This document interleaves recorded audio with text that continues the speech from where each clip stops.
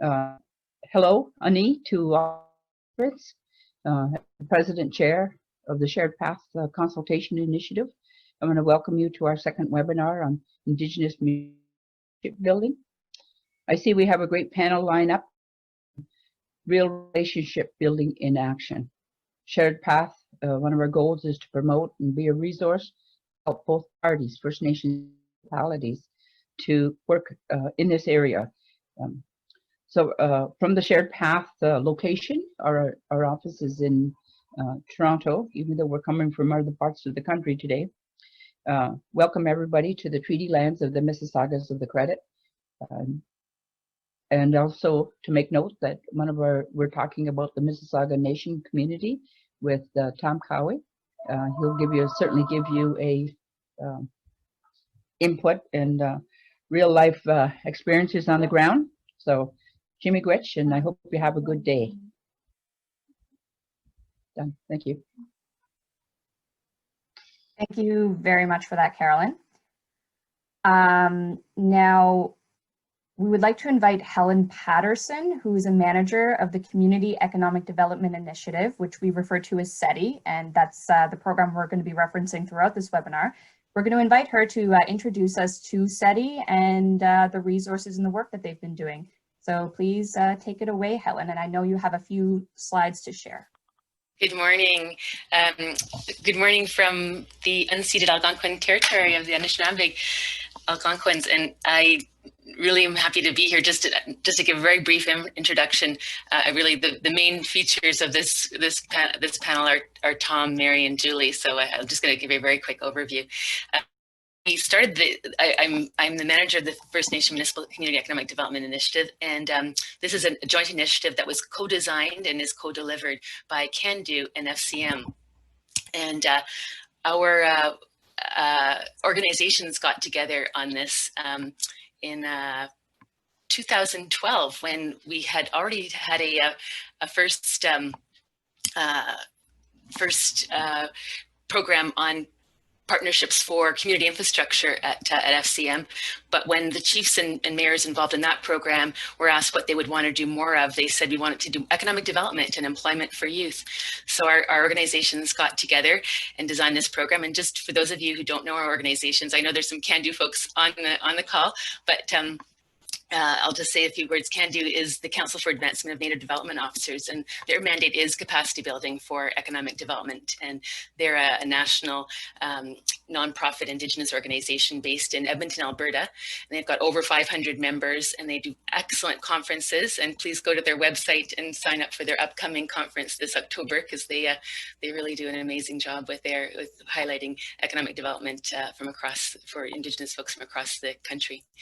And for those of you who don't know FCM, we've been around since 1901, and we bring together the voices of municipal government to the federal government, and we also have a lot of different programs as well, this being one of them.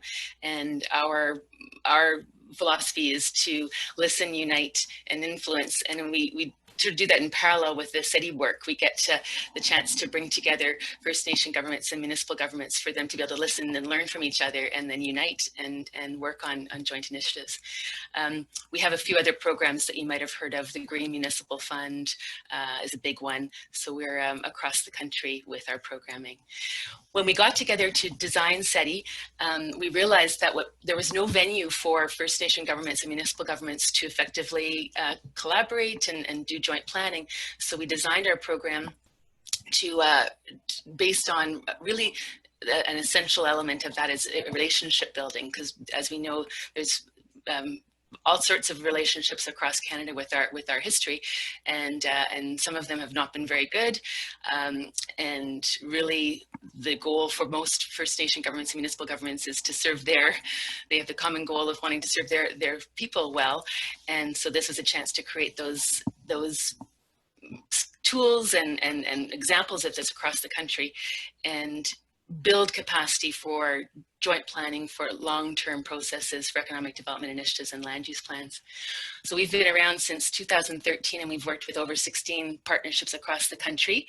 I'll just focus in on Ontario. So in Ontario, since most of you folks I think are in the Ontario area, we've worked with Kichimakuzabinaweg and Lac Seul and Sioux Lookout. We worked with them back in 2013 to 2016, and it's a fly-in community with KI is a fly-in community with a hub of Sioux Lookout being the closest hub that they work with, and Lac Seul being next to Sioux Lookout. So they did some amazing work on food security and distribution and economic development planning together as a region. So the next partnership in Ontario that we worked with was Fort William First Nation in the city of Thunder Bay. And if you go on our websites, either the CEDI website, and I'll just throw that up later, of CANDO or FCM, you can actually have a look at the profile of that partnership of Fort William First Nation and the city of Thunder Bay.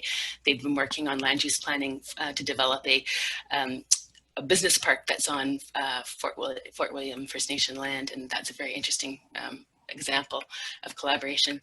These are all the sorts of lists. It's a long list here, but just a sample of some of the kinds of joint First Nation municipal activities that have gone on with these partnerships across the country. And we're going to hear from a great example shortly. But as you can see, there's a range of ways that First Nation governments and municipal governments can collaborate. And here's a few benefits that we've seen: a stronger voice when there's collaboration. There's increased access to funding. There can be cost savings. Some of these partnerships have hired joint staff together. They've created more opportunities for local businesses and development and jobs in areas where they have collaborated. And just the overall coordinated planning efforts and building it into a long-term, not just a one-off transactional collaboration, but really for the long term. And you just see on the screen here, you can find this graphic scattered throughout our tools and resources, but it just gives you a snapshot of the kind of process that we promote, this stronger together approach of first connecting. You'll hear about that from our colleagues who are going to share shortly, and then developing a shared vision and deciding on a joint initiative, and then acting. And this is really just it's not really it looks a bit linear here, but you'll see it's an ongoing circle of a cycle of connecting over years and years into the future. But and the connection piece is really important. The ongoing relationship building is something that you'll hear from this partnership. And just to wrap up, I'm just going to throw on the screen here some, and I can put these in the chat box. These are the two websites that we have that you can get our toolkit. You can have a look at the financial resources that we've put together that communities can use to do their collaborations with. We've got profiles of all the communities, so you can check out what they're all doing. You can sign up for CANDO's newsletter. That way you can hear more about the upcoming conference. Really want to promote our Facebook group, because that's a community of practice, and you could hear and share your questions and share your experiences on that Facebook page, so you can search that up and join. And then there's another CEDI specific newsletter that we have that you can join when you look at our websites. And then just to quickly say, this is a snapshot of the Stronger Together toolkit, which is available in both like a toolkit at a glance, and then a full 120 plus page for those of you who really want to delve into it, with templates and step by step about the process that we did with the partnership you're going to hear from shortly. And then just a little promo, we have also just released this guide for collaboration between municipal economic development and First Nation organizations. So that's something quite specific, because just something that we've been learning is that there are different types of organizations: economic development corporations, economic directorates, etc. So if you want to look into that one, it's a very comprehensive guide that you can find. And this is coming out shortly. Marissa, who's online with us, I think today, has been working on this one with another colleague, Josh Rayner, who worked very closely with this group. And it's a guide for collaboration for economic recovery and resilience. So you'll see in this guide really breaks down some of the jurisdictional gaps. It provides a framework for preparedness, response, and recovery, and some case studies and resources. So look out for that. And if you plug again, if you join our Facebook group, you'll be the first to know that when that's released. So I'll just hand it back to Morgan. Oh, we can't hear you, Morgan. There we go. Thank you so much for that, Helen. We're so pleased you were able to join us today. There's a lot of information there, a lot of tools. So I encourage everyone, if you're interested in this, to visit the CEDI website. And as Helen mentioned, there's that excellent Facebook group where you can get all kinds of information on the different partnerships that are happening across the country. For those of you who don't know, CEDI was the inspiration for what we're trying to do at Shared Path with the Indigenous-Municipal Engagement Program. So we've been trying to use some of the tools that CEDI put out to guide our first partnership. So we're really pleased that Helen was able to come here and talk a little bit about their work. Now, before we start the panel, I wanted to launch a poll so we can get a feel for the audience today. So there are 3 questions. And if you could please take a second to select the category that is most relevant to you. If you don't want to participate, this is not required. But I am going to launch that poll right now so we can see who's online.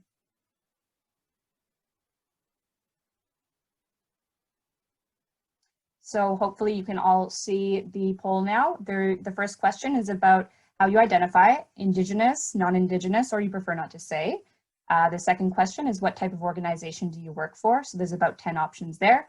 You can just select the one that suits you best, and there is an other option there. And then what is your role within that organization? And I see the answers are coming in. So we'll give it maybe 20 seconds for people to go through that and answer.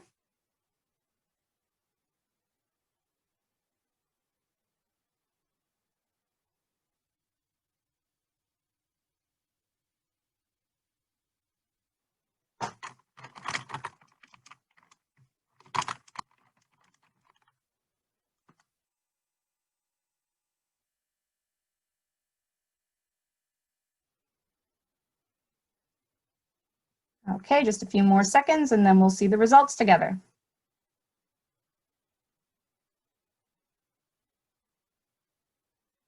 Okay, I'm going to close that poll. So I'm going to share the results right now so we can all see the makeup of the group today. So we've got a majority of non-Indigenous people, and we have some Indigenous people online as well. So that's great because Shared Path, we're trying to bring everybody together. What type of organization do you work for? We see there's a lot of municipality, people working for the municipality, for municipalities, educational institutions and planning firms. And then we've got a majority of planners online, along with some researchers, project managers, and other. So thank you everybody for sharing that information. And one thing that we are going to do before diving into the panel is we're going to try to show a little video that was put together by CEDI about the Treaty 20 Friendship Accord. So we were trying this earlier and we did get it working, and hopefully it will work again. It might be a little bit choppy, but I'm going to ask Dali to share her screen now and to launch that video, and let's see if it works.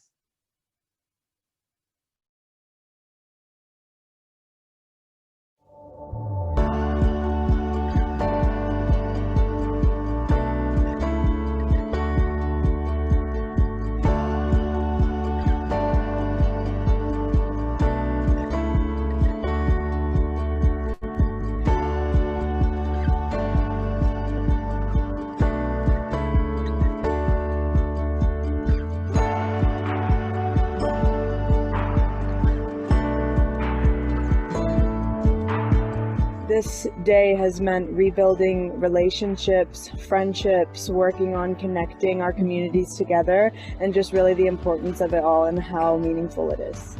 To formalize it like this is such an important message to the community that we're committed to working together into the future. And I'm so happy that we're making a ceremony and a celebration out of the signing of this accord. Curve Lake First Nation is really, really proud of being involved in this 6 partnership relationship, because we have really struggled in the past, to work with municipal partners and such. And I'm really happy to move out of the tension and battling to more of in friendship and in hand and moving together. I'm a former teacher, and I've always been an advocate of Piaget, age, stage, readiness. And you have to be ready to enter into this kind of relationship. Sometimes people aren't, sometimes governments aren't. But I like to think that that environment is changing. I was surprised at how little I actually knew with some of the history of the First Nations in our area, even though we'd been directly involved with Hiawatha First Nations for my whole life. And I thought I knew a lot about it, but it became painfully evident I didn't. I had a lot to learn. And the first few meetings, that's what it was really about, was establishing these relationships. I didn't get that at the time. I didn't really understand why that would be so important to the process. It took a while, but it finally dawned on me. If we're going to sit down and have a relationship with all of the partners around the table, we need to know something about each other. We need to understand why things are important to them. We need to understand what is important, but I think even more so, why is it important? Because now I reach out to Mayor Taylor when I'm having challenges, and he'll help me. Because sometimes you feel like when you're in the community and in the First Nation, sometimes you feel like you're alone in those pieces. But to know that even your neighboring township, not just another First Nation, but your neighboring township is there to help you and support you. And those pieces mean a lot to myself and to our community. I hope that at the end of the day, what's happened with this friendship accord will be seen as a model for all of the townships in the county, for the city of Peterborough, and for neighboring municipalities. This is where we need to get to. I see that from this process, a number of improved relationships have evolved. There's several very concrete examples of that. One is in the local planning decisions. We now involve First Nations members to the county and the township planning applications and decisions and seek their input. And we should have been doing that all along. Better late than never. And I certainly see it as laying a path for the future. If we can continue in this spirit of cooperation and understanding and mutual respect, it will bode us well in decisions that will need to be made in the future. Already our working together has been positive for our communities, and the broader community needs to know about that. And if we can help other communities in Canada to do the same thing, then that's great. Because in terms of municipal responsibility, and I was the mayor of the Township of Selwyn, we have a responsibility to go through this kind of process with our neighboring First Nations. I'm very confident that there's going to be so much positive outcome from this friendship accord. It's more of a relief for us as youth because we're happy and we're involved and we're inspired to continue building on this and continue building relationships. So it's more of a relief that we know it's in good hands, that we are going to continue supporting this meaningful accord. Yeah. I also am very proud that I think we are going to be a model in the future for other municipalities. So I am extremely proud to be part of this group that may be leading the way and maybe providing a model for other municipalities and First Nations to emulate.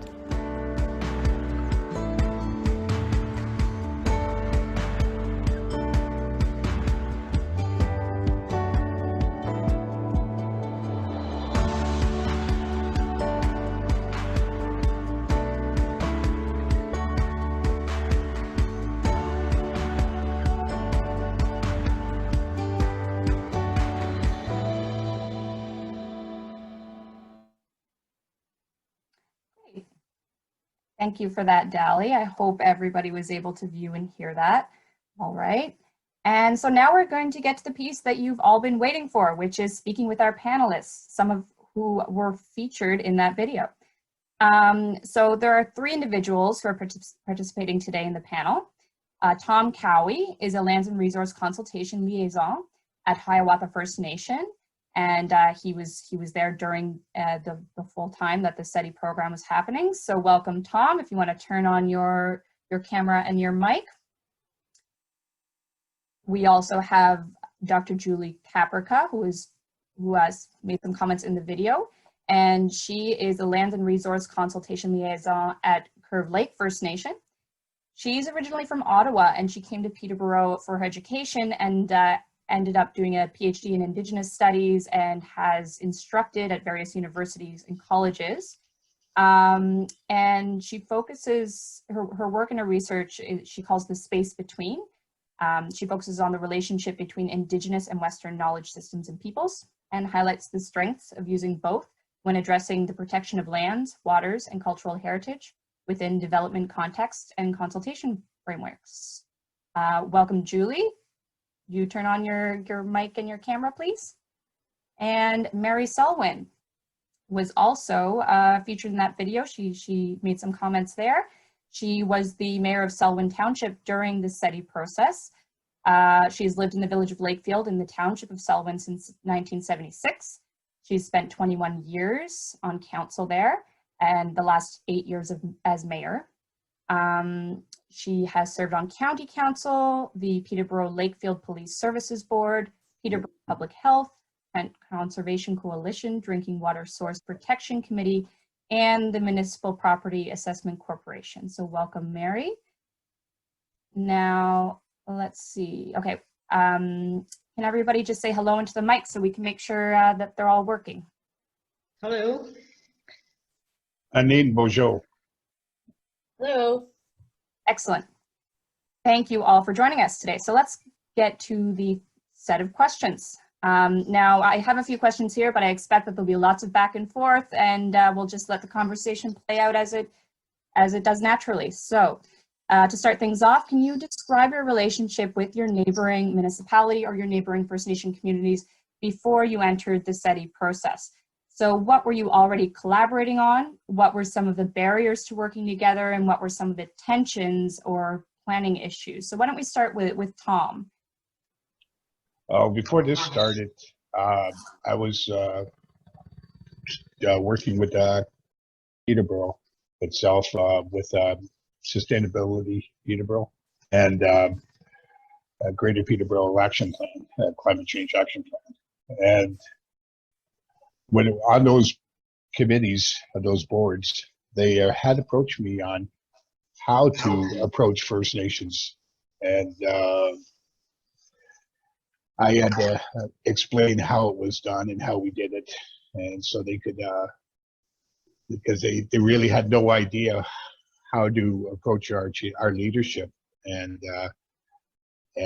how to the process and protocol around it. So that was pretty much it. And then, you know, we had this relationship with counties and stuff, but then there was a lot of opposition.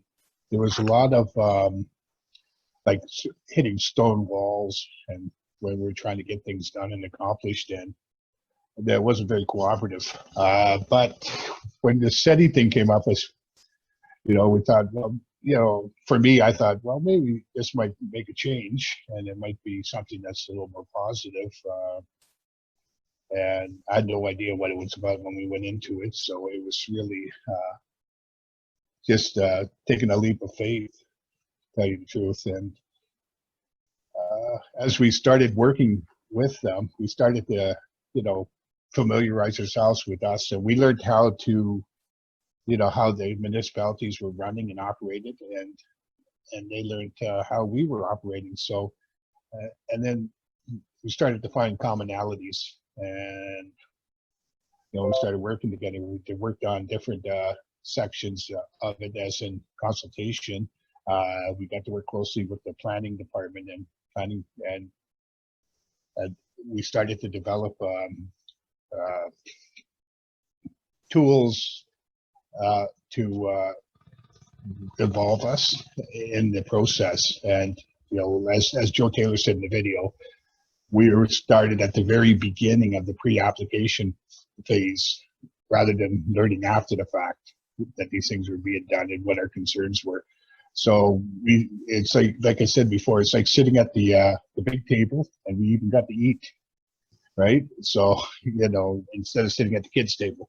So it was like, those are the kind of things that they developed it, and starting to work with tourism, Peterborough and the Kawarthas. So we started working with them too at the study, and you know, and they're coming to us about the First Nation history and content, ensuring that it's right. So, you know, so there's a lot of different things. Our economic development people were meeting weekly, and they're still meeting, as far as I know, from what I heard from my cohort in my office space, which we don't see each other anymore because, you know, we're all out in our doing our own thing now until this COVID is settled. So, but he says they still meet weekly and have calls and conferences and talk on tourism and development. So that's encouraging. I want to touch on something that you said. You alluded to there being some hesitancy in reaching out. Some of the municipality and county workers reaching out and contacting, or they didn't quite know how to reach out to the First Nation office, who and how. And that seems to be something that's come up a few times. Now, I know that Mary, when you were elected mayor, that was one of the first things that you did, was reach out to Curve Lake. Is that correct? Could you tell us a little bit about what that was like? Did it begin with a phone call? Did it begin with you know, an offering of tobacco, going to the office, the band office? What did that look like? Thank you. I certainly knew the former chief at Curve Lake. He was a friend, and I knew him, but when the new chief was elected, then it was close in time to when I had just become mayor. So I reached out to her, went to visit her at her office, and so it gave us an opportunity to get to know each other a little bit better and to talk a bit about what was happening in our municipality and at Curve Lake First Nation. It was something that started us discussing the concept of joint council meetings, which we started to do because our staff didn't have the working relationship that we felt could be accomplished staff to staff. So we were able to, Chief Williams and I, we were able to start those joint council meetings. And out of that came opportunities to work together. I remember one of the first things that happened was there was all Ontario Indigenous ball tournament happening at Curve Lake, and they needed more ball diamonds. So we have ball diamonds, and so our recreation departments worked together and accommodated to make sure that that was able to happen. And that's just a small example of the working together to accomplish a greater goal that's good for the whole region. Our communities are very intertwined in many ways, economically, education. It's even, for example, the Canadian Canoe Museum has representatives from Hiawatha and Curve Lake First Nation, but we didn't have a formalized council-to-council relationship and staff-to-staff relationships. So that's where the CEDI project was one that gave us an opportunity to start to really develop that. And around the planning matters, that was a great opportunity. What we saw in the CEDI project was the chance to, we knew development pressures were coming our way. Everyone in the Peterborough region knew that. And we wanted to be ahead of the game. We wanted to have the Indigenous information, history, input early on, so that we weren't playing catch up in the development process. And so that's the purpose for getting into the CEDI project. And I think it has been successful from what I hear from Tom and Julie. Excellent, thank you. And we're going to get back to that, what the relationship looks like now. I'm going to invite Julie to reflect a little bit on what the relationship was like with the neighboring municipalities and county prior to entering CEDI. Okay, hi everyone. Thanks, Morgan. So like Mary was saying, the relationship with Curve Lake and Selwyn and Trent Lakes in particular was pretty good because of these joint council meetings, and we felt, you know, very close to Selwyn and you know, somewhat close to Trent Lakes at the time. However, the rest of the municipalities in the county, we had little to no relationship with whatsoever. Like, just it wasn't that there was tension there, it was just that there was nothing. There was no communication. You know, there was just no nothing to even, you know, grab onto. I can say though that the relationship with the county, however, was really bad. We had been continuously butting heads with the county over development projects on our territory. And the one thing in particular I can remember really battling with the county over was the 1 kilometer rule. So you planners will be familiar with this. Previous to the new PPS that came out in February of this year, the Planning Act indicates that you only have to engage with a First Nation if your development project is within 1 kilometer of a First Nation. And that absolutely makes no sense. Development occurs all over the territory and affects the lands and waters all over the territory. So, you know, I remember sparring at times with the planners at the county to try to show them that, in fact, there were islands in the Otonabee River that were in fact 1 kilometer close to that development.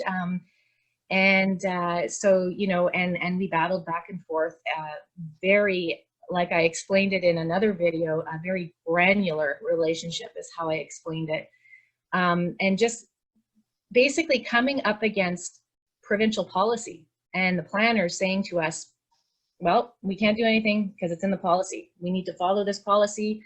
You know, and they weren't listening to us because, of course, we have our own policies. So a lot of First Nations have their own consultation standards, archaeological protocols. We have these documents, legal documents, and we provided them to the municipalities and county, and they were not being acknowledged. They were just being ignored, you know, because there was no mechanism to enforce that. There was no, you know, there was nothing policy-wise in the province, only good practice, you know, and best management and best practices.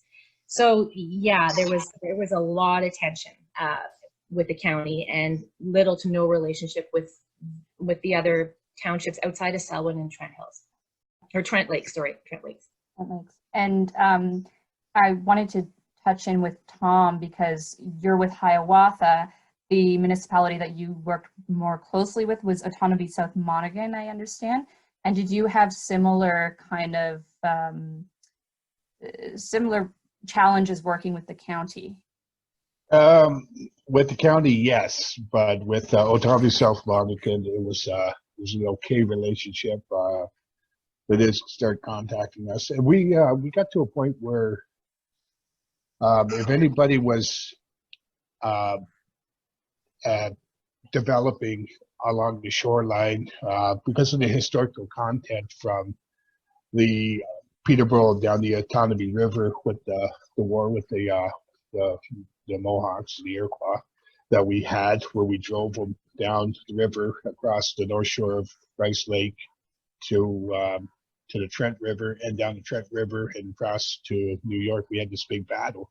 So there is a lot of artifacts known in the area and battle areas, and there's also burial mounds along our area that are quite well known, and so we started to say, you know, you need an archaeological study done or report done for any, even if you're putting in a porch, like if you're digging anywhere. So before that, you know, we were involved with them. They wouldn't even bother with that kind of stuff, right? But now they call us and send us letters and say, listen, these guys are looking at here. Is this fair to say that we request an archaeology report or study done on it? And we'll comment back, right? And so the relationship has gotten a lot better. But like what Julie was saying with Peterborough County, well, we butted heads with everything. And then, you know, it's quite funny. With study, we started working with each other, and we started getting along. But it was really a tough battle, you know. So it was such a tough battle that we had to advocate and lobby with the MMAH, right? So with their growth plan and lobby some changes there. And Julie was quite persistent, you know, on a couple of those changes, right? So, you know, but we actually had meetings, a lot of meetings with them. So we had some of those things changed and adjusted, and wording changed and everything. And like Julie was saying about the islands of the Trent, we have a whole mass of islands going all the way up to Buckhorn. So there was a lot of, they would say, no, we're nowhere near you guys, but they forgot about our reserve that we're partners with Scugog, Curve Lake, and ourselves. We had a whole bunch of islands, right? So, and a lot of those projects fell in, so they started to think, well, you know, maybe we should start listening to them, I guess. But. Oh, and for those of you who couldn't see when Tom was talking about how hard Julie worked, she was holding up the PPS 2020, the new language in there. Now, Mary, I see, it seems you want to weigh in here? And I think just to go to a more elementary level in all this, I think the reality was that municipal councillors and staff, not everyone understood what duty to consult was all about. They didn't understand that we're all treaty people. So we had to go right back to the beginning and talk about treaties and educate about treaties in order for people to understand how we got to where we are in the duty to consult process. And so I think everybody's at a different level in their understanding of that. So I think we can't assume that people understand why. Would you say, Tom and Billy? Yeah, we had to reiterate. Yes. You know, we had to reiterate the history and the treaties, and to explain, you know, how it was the process, and you know, it was like trying to get it through the understanding that it was my family that signed that treaty, right? And it was over 200 years ago. One of my family members was in there, and so. And we tell them, well, Canada is only 152 years, I think it is. So, you know, this treaty was signed well before Canada was Canada. And so this land, when they were living on it, was an agreement to share that land and to share those resources. So there was like that partnership already established in that treaty. And when we talk about that treaty, you know, we talk about wampum belts. And that's where that friendship accord belt came from, was President Wampums, right? Because that was our form of making an agreement, a binding agreement, as opposed to colonial form, which is a contract on paper. So, you know, and so we thought that would be very appropriate for our relationship and our relationship growth, because as in the signing of the covenant chain agreement, the thing with that was to set up the process of who owned the lands, so who had the right to the lands, and the treaty process. So when you start looking at the Niagara Treaty, then you start to understand that, you know, the process that they did, the process we did, and there was an agreement and an understanding that we would be redoing that agreement every couple of years or every year and shining it, just like silver tarnishes. We repolish it and shine it up. So that would be like a reminder to everybody that this treaty agreement was made in friendship, and that we would be sharing these lands together. And unfortunately, that process never continued because the government felt it was too onerous to continue doing that, right? And too cost effective, you know. So it was very disrespectful to the First Nations because of them stopping to do that. So when we talked about this wampum belt for here in the Friendship Belt, we're kind of hoping that it would be taken a little more serious, and that the relationships would be developed, and that it would be renewed every year or so, with that the reminder, especially when chiefs and councils change all the time, right, and during elections. So it would be something that was always fresh in everybody's mind. I'm glad you brought up that's such an important part of this friendship accord, and it's something that it is an Indigenous governance or practice that settlers need to learn to adapt to. Is my understanding, is that, you know, we're used to having written contracts, but you know, a wampum belt is a different way of doing that, and it's in the Indigenous tradition. And if we want to pursue reconciliation, we can't just do things one-sided the way that settlers are used to doing it. We need to learn to adapt and do things according to Indigenous tradition and history and governance as well. Did Julie or Mary, did you want to weigh in on that before we move on a little? Well, just to say that it was interesting because the 200th anniversary of the Williams Treaty, which is the treaty for the area that we're in here at Peterborough County, actually happened last November, right about the time of the signing of our partnership memorandum. So that was another point in time when we could help educate on that topic in the broader community as well. There was quite a bit of media about what we were doing, and so that helped, you know, I think, to get information out to the public.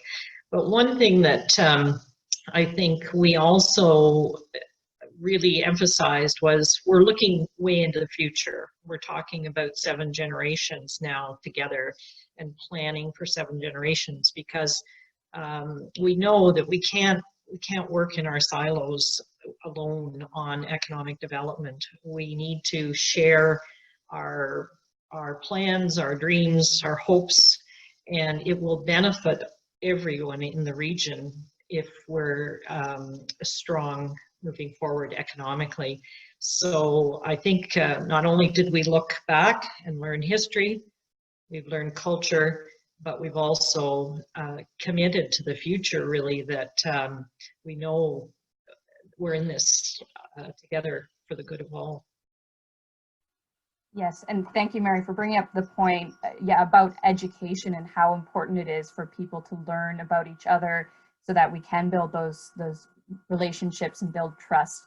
And that kind of leads to another question that I was hoping to touch on, which is, you know, when did you start to see signs of growth or positive change in the relationship, and when did you experience or witness some aha moments? And I think, Julie, in a previous conversation we had, you mentioned that particularly during a section on history, when you did a workshop and there was a piece about history, there were some aha moments there. Can you talk about that a little bit?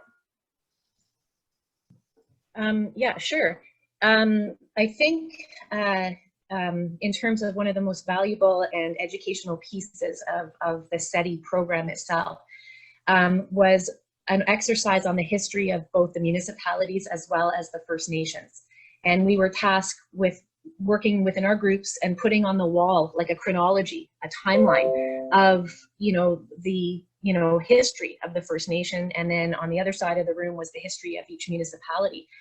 And I think that was really eye-opening for a lot of the municipal staff and the people that were, you know, with the municipality, they were shocked, you know, to learn that, you know, hydro, for instance, didn't come to the reserves till way later. There was no running water. The vote, you know, wasn't till way later as well, and just had no clue about those realities, you know, in the First Nations, literally in their backyards. And that was really eye-opening for them, because, you know, there's that saying that if you don't know, you don't care, because you don't know. But now that they knew, you could see, you know, that deep, profound impact that it was having. I'm thinking, wow, you know, this is what's going on, and what has gone on. And another really key educational piece there was the building of the original causeway and the floating bridge across Chemong Lake from Bridge North to Ennismore. Curve Lake First Nation actually petitioned the government to offer financial support and to be involved in that early floating bridge. And some of the municipalities did not know that, and they were just floored that, you know, way back then, even throughout, you know, the very, you know, abject poverty that the reserves were going through at that time, there was still this willingness to be involved in municipal affairs, even way back then. So that was really eye-opening for a lot of municipal workers. And on the flip side, like on the First Nation side, I mean, it was, you know, for us too, we didn't know much about municipalities and how they how they popped up and were born, and the history there. So that was interesting to learn as well.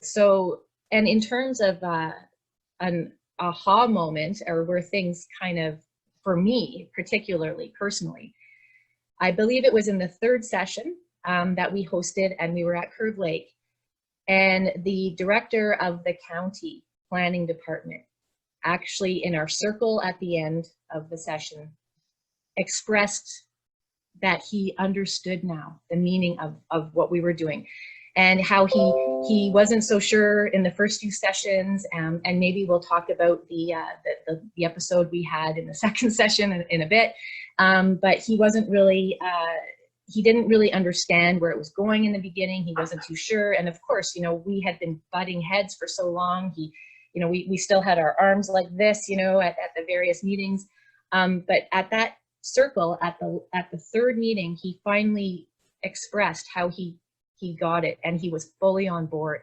and that was the moment for me that I thought, okay, we are moving forward in a good way, and now I can call him up anytime. Best friends. That's so encouraging to hear. Thank you, Julie. Tom, did you want to talk a little bit about your experience in the first few meetings? Well, there was a little tension. I'm probably on both sides. I was a little apprehensive, but I decided to sit through it and see it all through, because you know, sometimes I like to have a little bit of a laugh, like watching the debate last week, you know.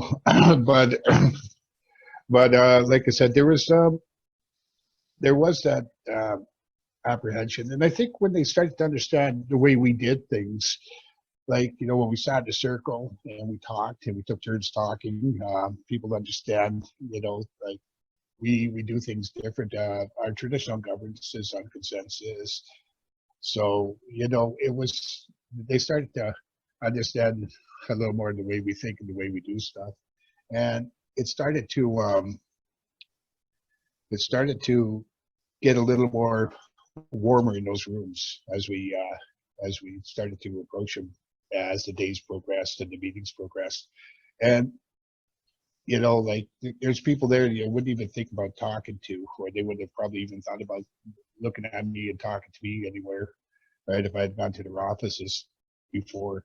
But now I talked to Joe Taylor the other day in the grocery store, you know, that kind of thing. I seen him there. Hey, how you doing? Good.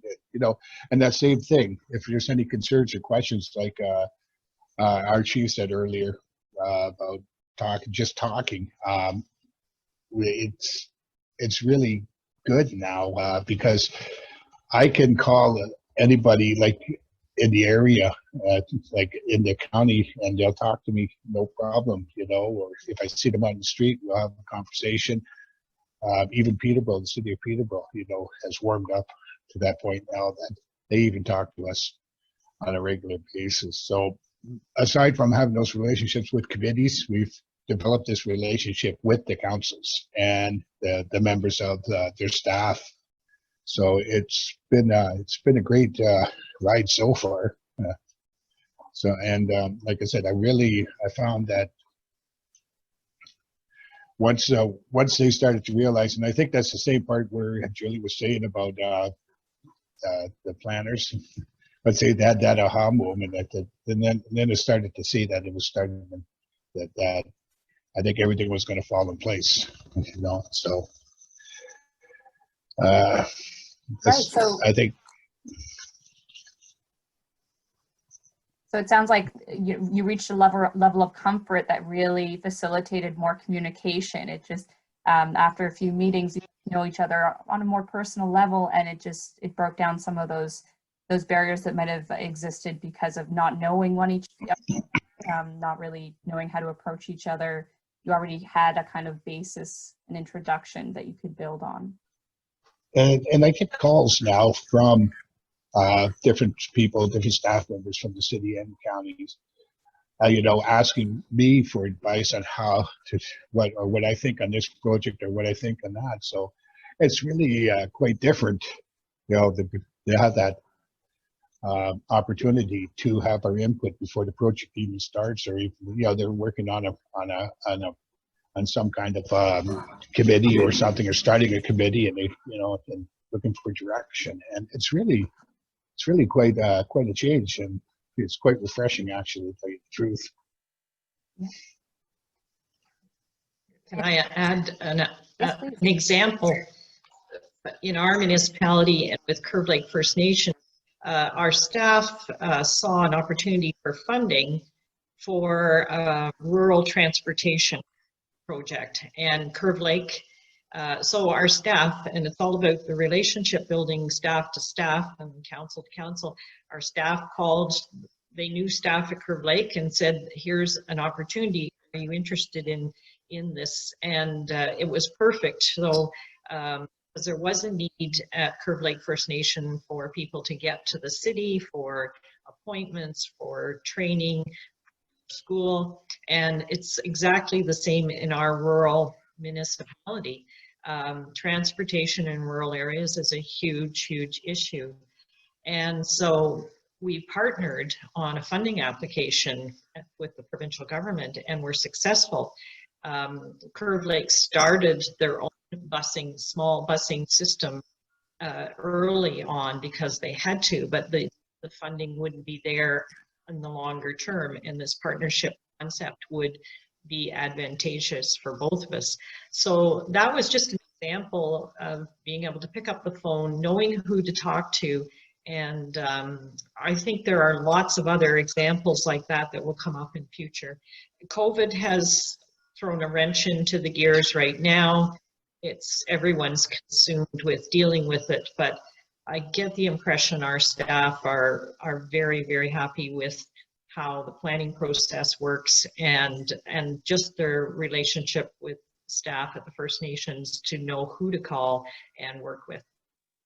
Yeah, and I want to talk more about what that relationship is like now. I just have one more question before we start to talk about the outcomes of this CEDI process, and that is the role of having a third party, or an outside party, in this case the CEDI team, be involved in this relationship building.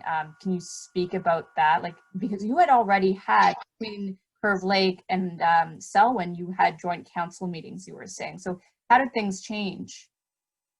Do you want me to take that? Sure, if you want to start, Mary, and then we'll move to Julie and Tom. Definitely having an independent third party facilitate makes, it's hard to do on your own, I think, because you both are coming from different perspectives, but CEDI, the staff did an amazing job of facilitating the process. It was very respectful, And it's an emotional ride when you go through this kind of process. When we did the talking circles at the end, you know, there were some tears shed. And I think you need to expect it's hard work, it's emotional, but it's so rewarding in the end. And so I think it needs to be done in a way that's an organized way. The tools that CEDI has are very, very helpful. Great, thank you. So let's move to Julie, and same question about having a third party there, an outside party facilitating this relationship building. Yeah, absolutely. You know, what Mary said, it was absolutely fundamental to this happening, because it's very difficult to get groups of people who are so maybe on opposite ends of the spectrum in terms of their thinking to come together in those spaces. And what the facilitation from CEDI allowed was for a safe space. That was one of their main you know, foundational pieces at the beginning in terms of explaining how this is going to work and what they were trying to accomplish and the spaces in which we would find ourselves. So at the beginning, it was very, very clear that these are safe spaces, that people will feel uncomfortable, but we'll work through it together, and so forth and so forth. So what that did was it empowered me to be able to feel safe enough to bring to the front this 1 kilometer rule, basically, and to start speaking to the group about the challenges that we have in consultation, working with planning across the county in all the municipalities. And you know, so basically, in a nutshell, I called them out in front of the whole group in terms of what we were facing and how unfair it was.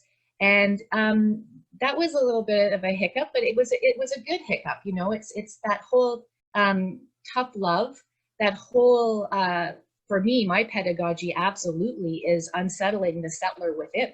That needs to happen first, you know, and once that happens, you can start to understand that some of the truth you need to, you know, embody first. Then you can move towards the reconciliation and relationships. But that has to happen first. And so it was very interesting because I felt safe enough to do it in that forum because I knew the CEDI organizers were you know, well versed in conflict and tension, and were able to, you know, bring that room back together. You know, after there was some shouting and some arguing and some, you know, I said my piece and then kind of silently sat down and very much like Tom, you know, watched to see how it would play out. Of course, it was. And is this episode in the second session? Sorry, is this the episode in the second session you referenced? Yeah. Yeah, yes, okay. And it's funny too because I was very worried about calling out the county in this space. So basically, I had several staff and several council members go over my presentation multiple times to make sure that it wasn't, you know, too harsh. And I thought it was very mild, but wow, you know, and so, you know, it was good because what I did was I was able to open up that can, sit down, and let the various council and councillors go back and forth and the various planners and the various people talk about that. But that was the second meeting and we weren't too sure where things were going to progress from there. And that is where the county was like, we're not sure if we're going to be involved here and, you know, so forth. And then, you know, we had the beautiful third session in which I spoke to before. We're at that circle, the county came around and it was all good from there. So yeah, it's some very, you know, tough love at the beginning and some unsettling moments, but that was all part of it. And again, that third party facilitation, making it safe to do so and encouraging us to bring those things forward because those are the challenges we have, you know, and not to be afraid. So it was, yeah, very, very well done. And for sure have a third party.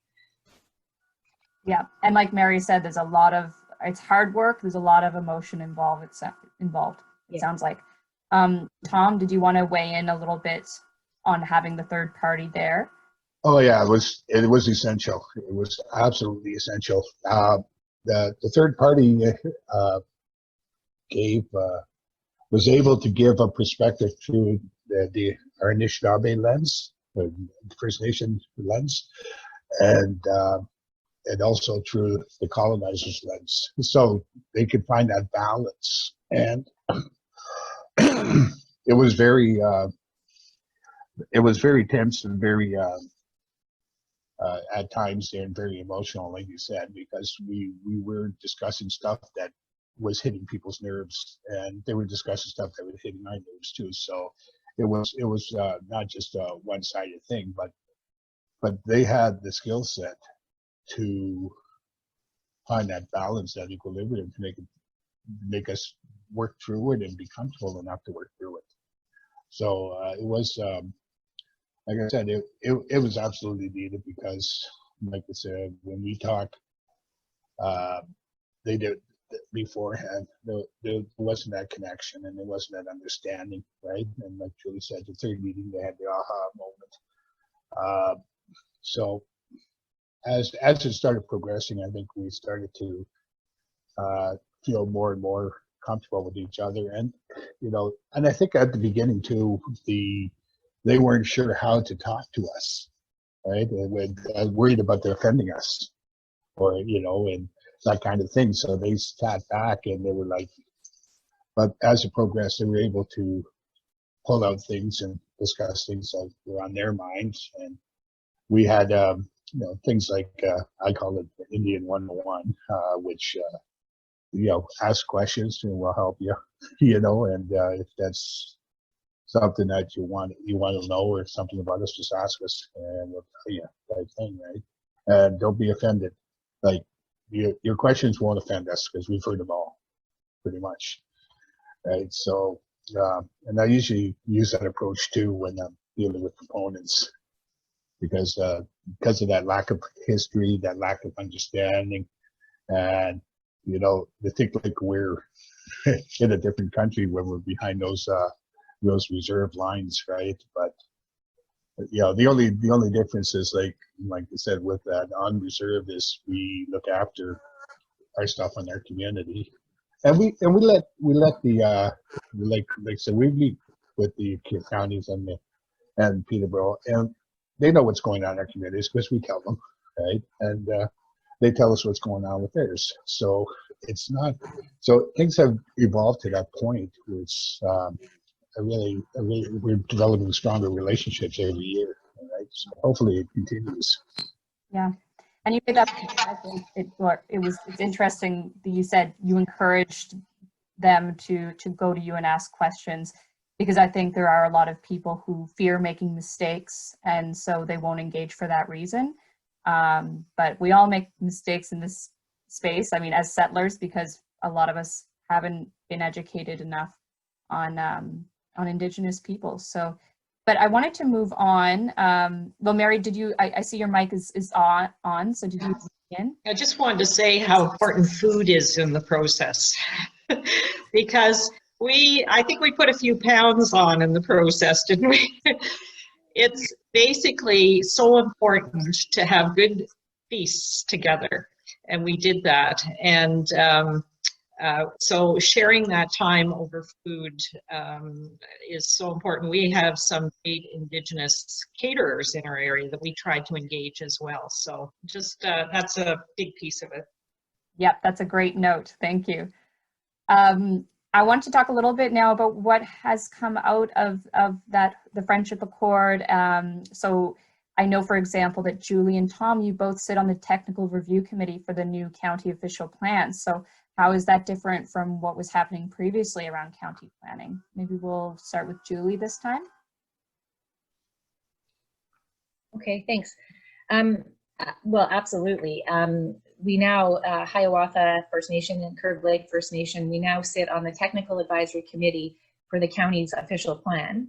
And so those are like monthly meetings that have been going on now for, since last year. And so we are having a direct input and impact on the county's official plan. So, there will be a whole section on engagement with First Nations and what that looks like. So that has changed remarkably. The relationship with the city as well. the city was really trying hard to get involved with the CEDI as well. But they did so through Peterborough Kawartha Economic Development. So not really the council, but that aspect of the city staff. We meet quarterly now with the city of Peterborough, and for a good 3-hour meeting. And those meetings also, they figured out very, very quickly that they needed to have everybody at the table, because the questions we would be asking, oh, that's public works, oh, that's infrastructure, oh, that's planning, you know, so there was all of these pieces, and we're sitting there at the table, and we said, you know, well, we need to have everybody. So these quarterly meetings we have with the city of Peterborough now, there's like a dozen people on their end that come to this table, which is wonderful. And from infrastructure to public works to planning, everything is talked about. And everything current that's going on, and things that are happening in the future, so that there's no surprises. Because oftentimes, you know, we'll drive through the territory and we'll see some massive project at a bridge, you know, and there's water and there's fish issues and all this, and we're like, why don't we know about this? Well, that doesn't typically happen anymore, because we know what's going on. We've sat at these tables, we know what's coming down the line, and we're engaged and we're involved in that project. One other thing that has changed for us too, in terms of some of the municipalities that we're working with, we now sit at the pre-consultation tables for those planning departments that actually do pre-cons. We are there at that table now, and all proponents and all property owners, they are so glad that we are there, because they want to know upfront what they need to do. They don't want to find out at the 11th hour, oh my God, we need to do an ARC study now, or oh my God, there's a First Nations, sacred plant that we didn't even think about. So, now we can tell them this is what we expect, and there's a wetland there, or there's a creek there, or there's some archaeological potential here. And everybody, there's been no pushback at that level. Everyone is very happy. Just let us know what we need to do, and we want to work with you, and so forth. And part of that too is the early engagement piece that we always talk about. The earlier the better to speak with the First Nations, because we can tell you a lot of things. Our knowledge keepers know where there's burial sites, they know where there's sacred sites. The other thing I wanted to mention too is that your municipalities may have species at risk lists and all sorts of endangered species. That does not tend to cover keystone species for First Nations. So those discussions also can occur earlier on, where we're not only concerned about SAR, or species at risk, we're concerned about the deer, we're concerned about the turkeys, we're concerned about other things that may not be on that list, but that you as developers and planners need to be aware of, so that you can plan accordingly and in a good way. So it has been phenomenal. I have personal, first name basis relationships with the staff at the county, as well as the city, and councillors. There's still work to be done, I will say that, but it's really transformed the relationship with the county and the municipalities, for sure. Excellent. And Tom, you also sit on that technical advisory committee. Did you want to talk a little bit about Hiawatha's involvement? And I wonder, was it that committee that applied for, or were you involved in that application for funding to put a layer of GIS to show important waterways? Was that part of your work as well, or did you speak to that? No, I can't, because I can't recall it. Oh, okay. But no, there's, like I said, there's so many projects and stuff that are on the go right now, and I get confused. Like we're working on a water project, we're working on an advancement of our office space, because we're growing so large in our community.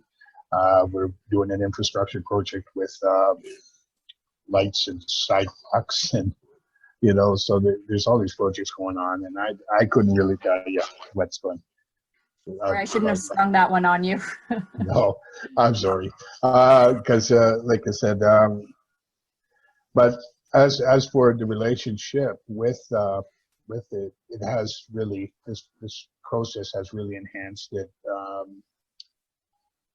So we, like I said, we set up the pre-tables. And one of the things that when we sat down with everybody was, you know, I had to reiterate about the difference between stakeholders and First Nations, right? Because they kind of bundled us as stakeholders. And I said, we're not stakeholders. I said, we're rights holders. We're, you know, like, there's a difference.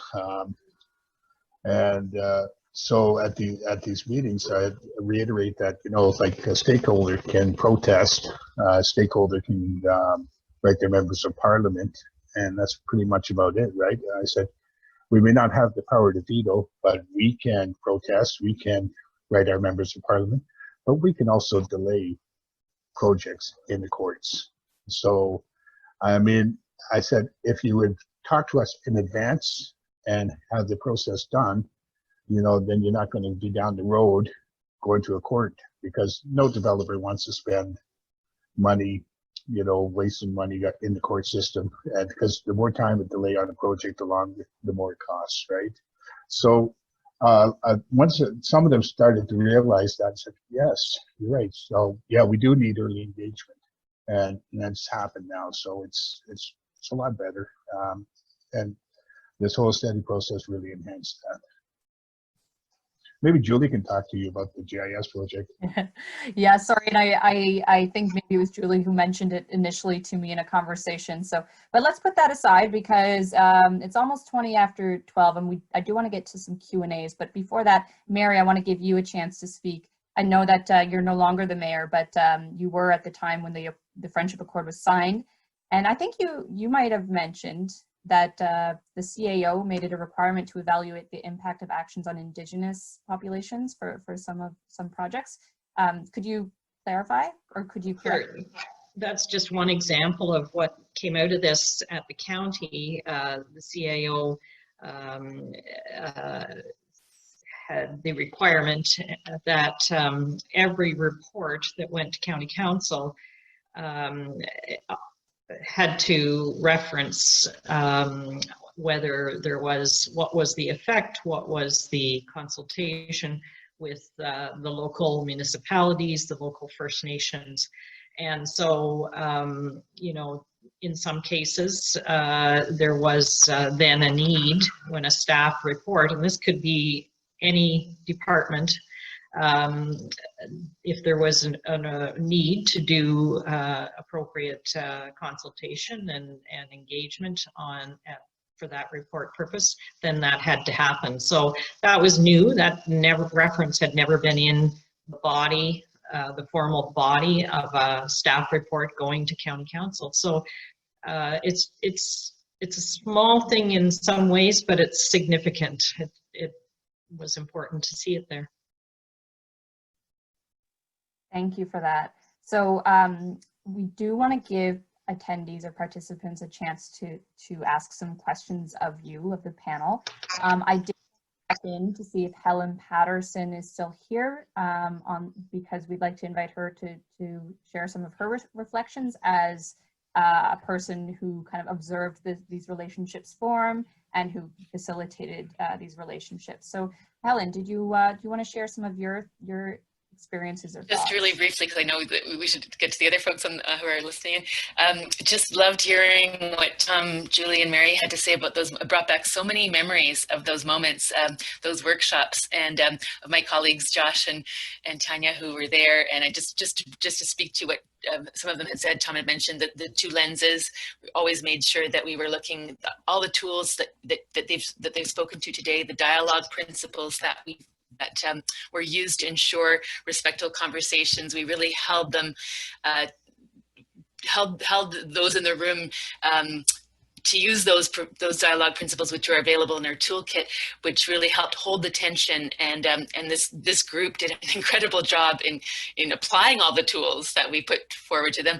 And I just want to have a shout out to Elder Knott and Gary Williams, because they started from the very get-go. In the very first workshop we had, they said, let's have a sharing circle.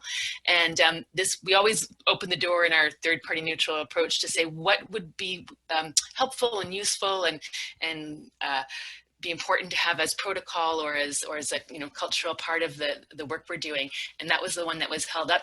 And every event ended with the sharing circle, which as Julie mentioned, were super rich, and we're pivotal moments of changing people's behavior and attitudes, and really allowing for expression. So just kudos to this partnership for bringing that, and we brought that forward. We take it forward to other partnerships now across the country and say, hey, here's what the Treaty 20 partnership did, and so just to say to all you folks that you're inspiring the rest of Canada with the work that was done. So I'll leave it there. Excellent. Thank you so much, Helen.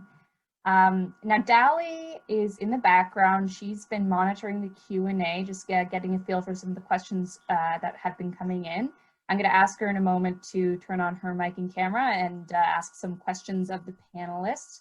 In the meantime, feel free to type in any questions you have in the Q&A box. So Dali, do you want to turn on your mic and your camera, and we'll hear what some of the attendees have been asking. Hello, I'm here. First of all, everybody, this is a really informative presentation, and I wanted to thank you for all of your insights. We do have a few questions that have started rolling in. The first one is, how do you navigate through the intricate incompatibilities of federal and provincial policies, regulations, and standards? I think, some of the insights that you've given so far are around, education, relationship building, eating together. Those are some really important things, but I don't know if there were any specific issues you guys encountered in dealing with some of those jurisdictional gaps. I know that's something that we talk about a lot. Hi, it's Julie. Usually for us, it's whichever policy is better is the one we go with, whether it's federal, provincial, municipal.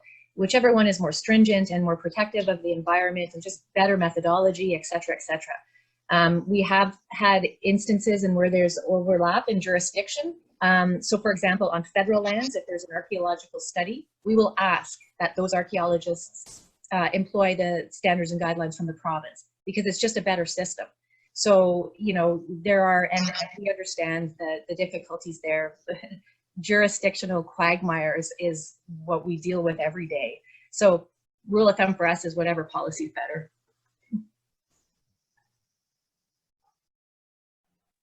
Does anybody else want to weigh in on that before we move on?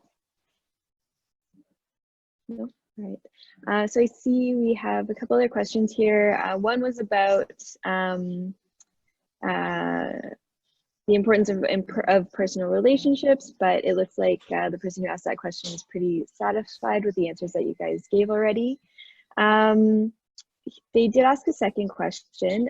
They say there were 4 steps in one CEDI process diagram. How does Helen foresee a 5th one, namely review and adjust so that on an ongoing basis, issues are addressed and improvements made collaboratively? And I think, anybody can probably talk on that, ways that you would like to move forward, or maybe see a 5th step added to that process.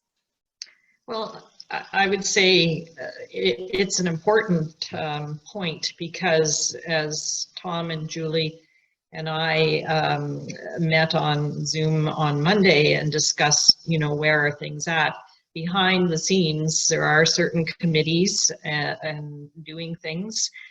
There's the planning process, but in terms of a public process, council to council, leadership to leadership, I think COVID has overtaken that, and it needs to be revived. It needs to be carried on.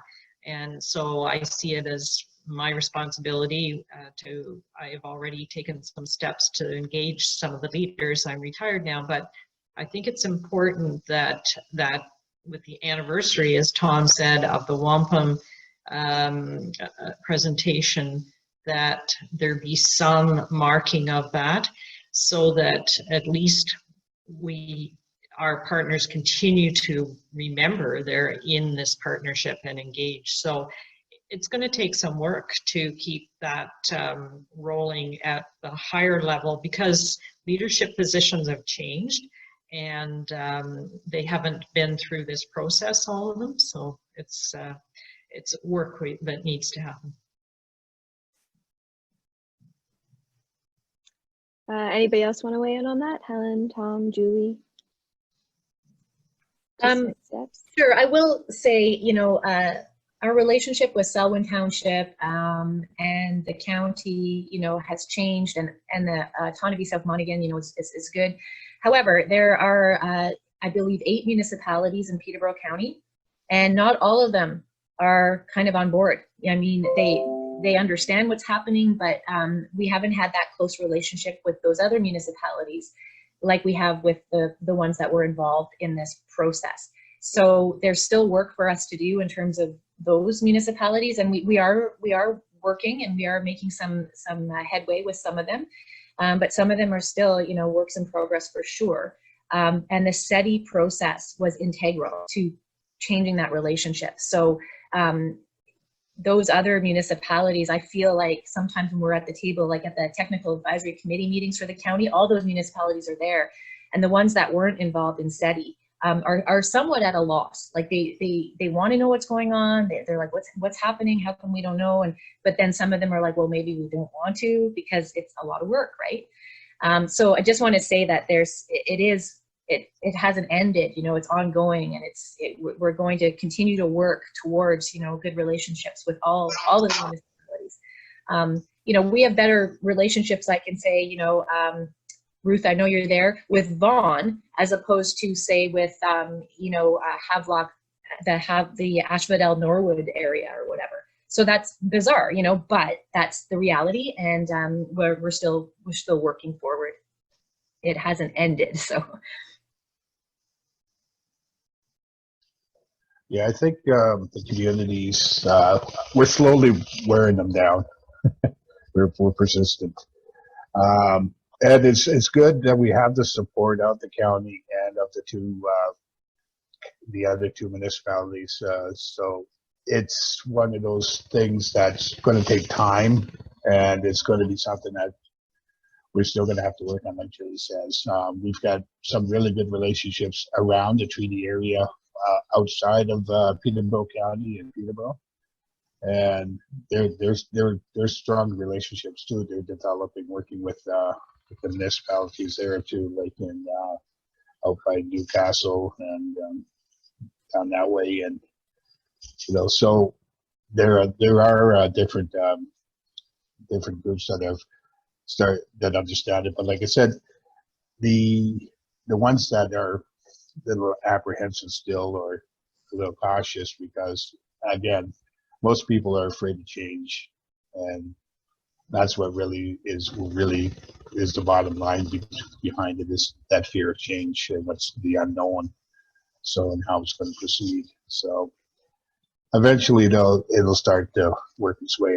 I figure, you know, it's gone this far, and you know, we're still rolling, you know, like train with collecting momentum, you know, but we're not going to derail. It may be a slow, steady ride. We're going to be going.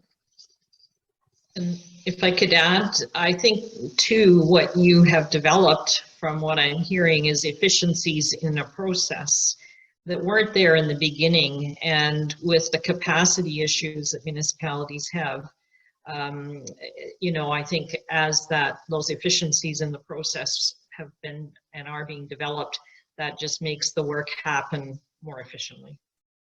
Would you say? Yeah.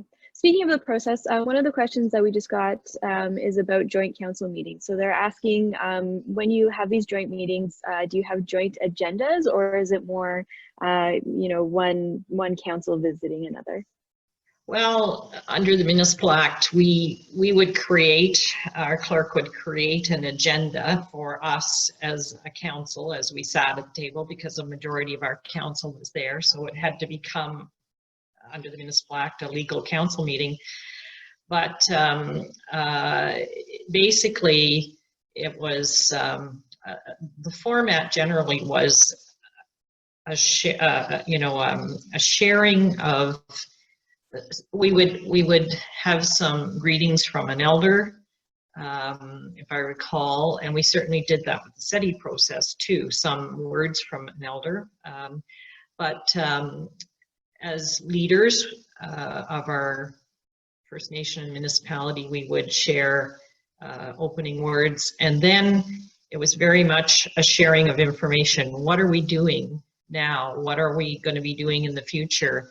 And where can we find common ways to work together?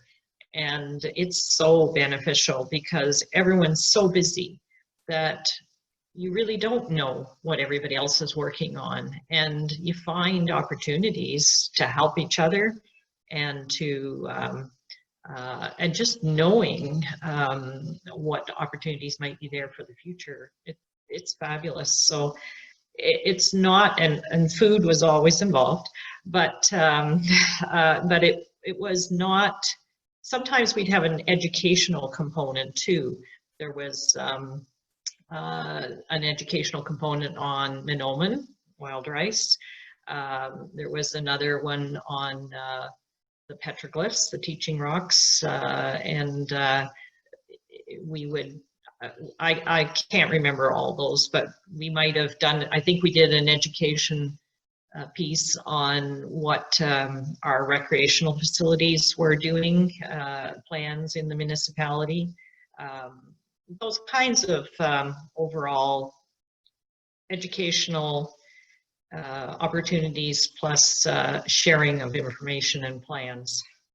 And one of the first things we did when we had our first meeting was talk about emergency planning, because we are we're geographically next to each other. And so when an emergency happens, our township for a long time has had an agreement to provide fire and medical response to Curve Lake First Nation. But in terms of the emergency planning, we each had our own emergency plans. But one of the first things that came out of that first meeting was that there was a commitment from both groups to share their plans and review each other's plans so that we're much more prepared for when an emergency happens, to know how each other works and how we can work together. Thanks, Mary. I'm going to jump back in here because it's about 12:33. We're a little bit over, and I want to respect people's times, but I want to give our panelists a few minutes if they want to say any or share any final thoughts. And then if Carolyn King is still online, I'm going to ask her to say a few closing words. So Tom, Julie, Mary, do you have any final thoughts you'd like to share? Yes. Hi, thank you, Morgan. So sorry to the people, all the planners and municipalities and First Nations on the line. I see there's a lot of questions that we're not getting to. But I do want to say to the municipalities that are here and the planners that are here, we understand your frustration with the Ontario government in terms of direction regarding the duty to consult. We hear you, we feel your pain. The Association of Municipalities of Ontario came out with a paper last April 2019. And in reading that paper, it is very clear that a lot of the same grievances that you have, we have. So the list that the municipalities were putting forth to the government in terms of the challenges they had, where we have no guidance, we need guidance. We have no funding, we need funding. We don't have capacity to do this, capacity, you know, and I'm thinking, wow, I have, you know, experience with those things. That sounds very familiar to me. So the idea being is that we can work with you in terms of trying to address the government in terms of guidance. While the province feels that the duty to consult is in fact being put onto the municipalities, and I'm hearing that the municipalities are kind of pushing back and like, we're not the Crown, we can't do this. I would argue that municipalities are well better suited, well better placed to engage in that consultation, because somebody sitting in an office in Toronto is not going to know what's happening down the road with that development and what's happening to that creek. You know, the planners and the municipality and people on the ground are. And so municipalities are very well placed to do that engagement. And, you know, you don't have to wait for the province to give you guidance. You know, we have our own guidance documents, you know, that are there for you to you know, look at in terms of how do I proceed in terms of engagement. And the last thing I will say, you know, and this is, we can work together. We have been approached in terms of maybe doing a presentation at the municipal conferencing that goes on every October. So maybe next year, First Nations with municipalities coming together and doing a joint presentation to Ontario in terms of how we feel it can work. So don't wait for Ontario to give you guidance. Reach out to the First Nations, create your own guidance together. And one last thing I will say is, if you're wondering who you need to consult with, always start with the treaty rights holders first. They will help you navigate stakeholders and other interested parties, okay? You will have met your due diligence if you have engaged with the treaty rights holders, and then you don't have to worry that you haven't engaged with the proper people. So I say Chimigwech for coming here today, and please feel free to reach out to me anytime, Curve Lake First Nation, give me a call, give me an email, here to help, and hopefully we can all work together to get the province to, you know, make some better policy. And I can say it has already worked somewhat, because as you all know, the wording's changed in terms of that shall engage with First Nations. So there is opportunity to make some great changes. Let's do it together. Miigwech. Miigwech, Julie. Tom, did you want to share some thoughts, or no pressure? Well, Julie's pretty well summed it up, but I'd like to also include that even on our websites, First Nation websites for the communities, we have our accommodations books and standards too. So even if you don't have a hard copy, if there's a community near you that you feel the need, or you're working to develop there or have a project, that their accommodations and consultation book will probably be an electronic version. So you probably could get some information about that community on the website. You know, yes. Thank you for that note, Miigwech, Miigwech. And Mary, did you have some final thoughts? Sure. I'm always happy to be available to any folks who want to ask about the process we went through, and I would direct them to staff. A good example is the council meeting. How did we actually do it? Our clerk is a great resource, and I'm happy to direct anybody to her to hear how she went about this. I think it all boils down to relationships, knowing people personally. And it's so important to have that human-to-human relationship before you can move forward and accomplish things together. But thanks so much to Shared Path for facilitating this. It's been fun to do, and I hope we can help other communities move forward in this way. Miigwech. Miigwech, thank you, Mary. And now I'm going to invite Carolyn King back, who's our chair and co-founder of Shared Path, just to share some closing comments. The mic is yours, Carolyn. Okay, can you hear me? I changed mics here. Yes, we can. Okay, very good. Thank you. I like those last words that said it can be fun to do. I think if we can make it fun to do, that will go a long way to you know, some of the past situations. And so I just want to say Chimigwech to everyone, all the organizers and the participants and the panelists. Chimigwech, and have a good day. Thank you, Chimigwech, Carolyn, and to all the panelists and all the attendees.